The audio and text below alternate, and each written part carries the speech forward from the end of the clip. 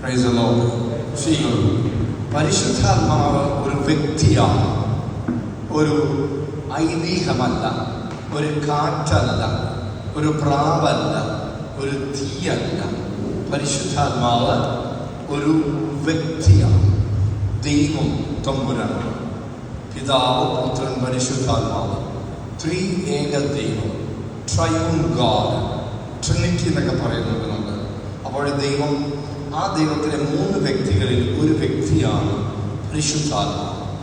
അപ്പോൾ പഴയ നിയമത്തിൽ പരിശുദ്ധാത്മാവ് 3 സമൂഹത്തിൻ്റെ മേലും 3 ശുശ്രൂഷകരുടെ മേലും കടന്നു വന്നിരുന്നു. അതായത്, ഒന്ന് രാജാക്കന്മാരുടെ മേൽ പരിശുദ്ധാത്മാവ് സംസാരിച്ചു, പുരോഹിതന്മാരോട് സംസാരിച്ചു, പിന്നെ പ്രവാചകന്മാരോട് സംസാരിച്ചു. അങ്ങനെ 3 ശുശ്രൂഷകന്മാരോടാണ് കർത്താവിൻ്റെ ആത്മാവ്